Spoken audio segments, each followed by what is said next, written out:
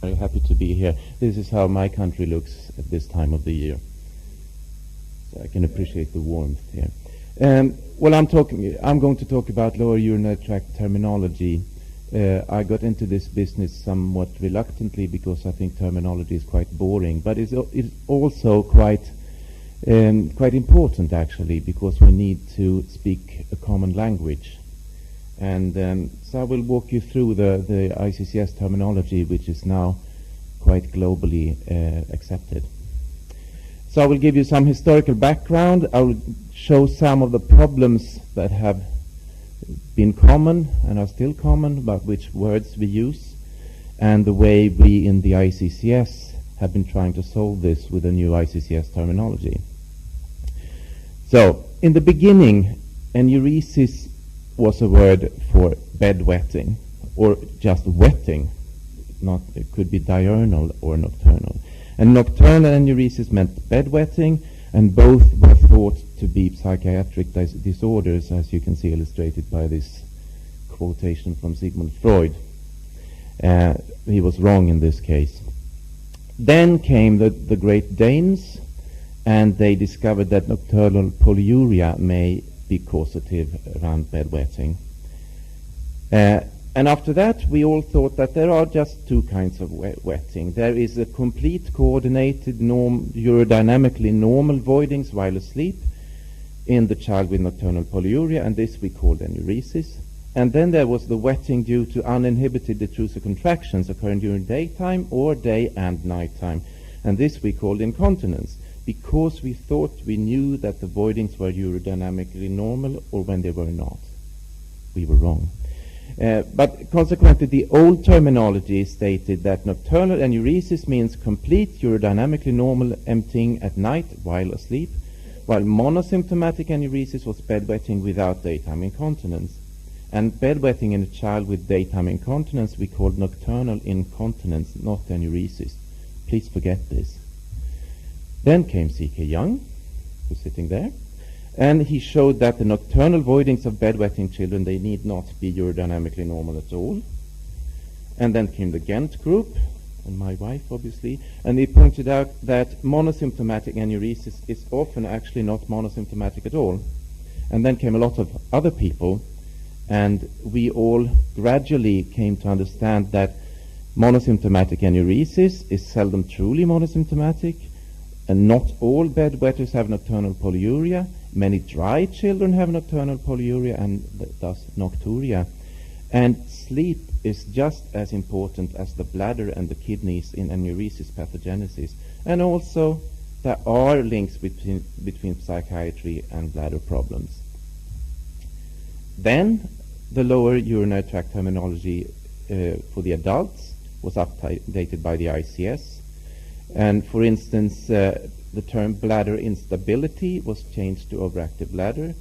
The pejorative term lazy bladder was dropped. Bladder capacity was changed to voided volumes, etc., etc.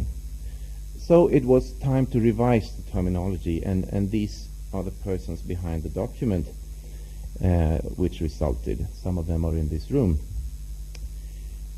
Because we knew that a new terminology was needed, just to exemplify some confusing situations. Like enuresis, according to the old terminology, as I just told you, was meant to be a complete and urodynamically normal voiding, etc. This actually requires invasive investigations, that is ambulatory cystometry, to prove if that's the case or not. And now we know that even isolated bedwetting does not necessarily mean complete and urodynamically normal voidings. And monosymptomatic enuresis, according to the old terminology, meant enuresis without daytime incontinence. But what about urgency, straining, holding maneuvers, etc.? These are surely relevant symptoms.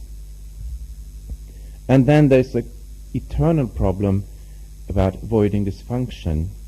In my country, or in most European countries, when you say voiding dysfunction, you mean dysfunction of the voiding phase, that is, children with the staccato curves in uroflowmetry. When you talk to an American, voiding dysfunction can be an umbrella term for any kind of bladder dysfunction, and then dysfunctional voiding is not the same as voiding dysfunction, and that turns very confusing, at least to me. And as you know, the adult terminology has been changed, and we should follow so we can cooperate with the adult urologists and so on. So now to the terminology after these preliminaries.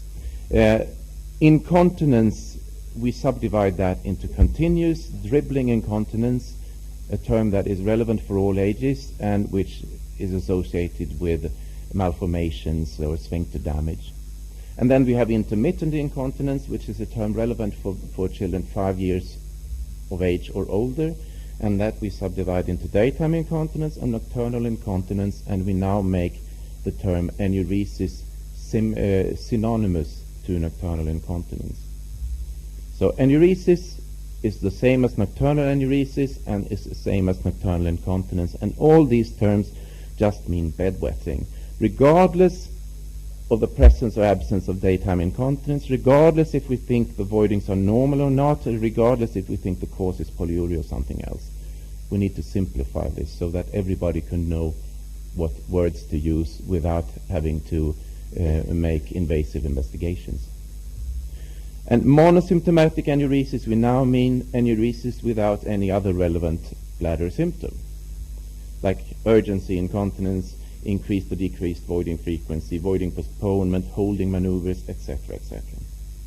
This is more logically appealing, I think. And secondary enuresis is enuresis in the child who has previously been dry for at least 6 months, and primary enuresis is enuresis without such a preceding period of dryness. But this has often been overemphasized.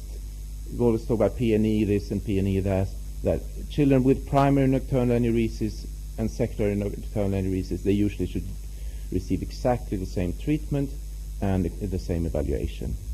So the important subdivision is between monosymptomatic and non-monosymptomatic enuresis. Primary and secondary is less important. And then we have leakage terminology during the daytime, and urge incontinence is incontinence plus urgency, extremely simple.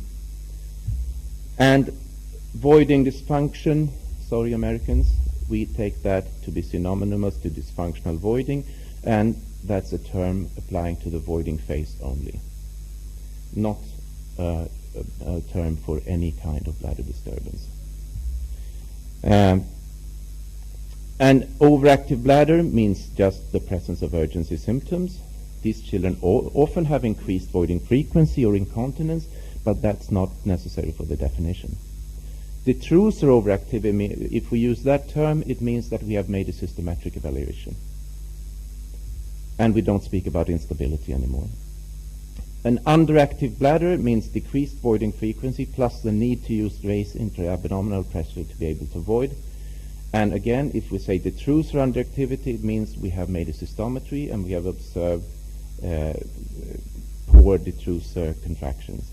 And we don't talk about lazy bladder because that's not a neutral term. Voiding postponement is the observed habitual use of holding maneuvers to postpone micturition. The reason for defining this term is that in many studies this condition has been associated with increased psychiatric comorbidity. And then the volumes.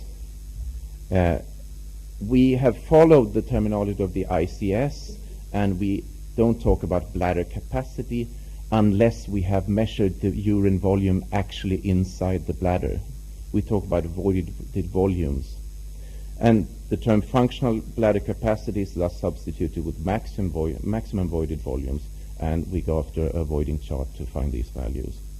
But sometimes we need to compare these values with some kind of normal standard, and then we use the common formula, 30 plus 30 times H milliliters, to get some kind of standard for comparison, and that we call expected bladder capacity.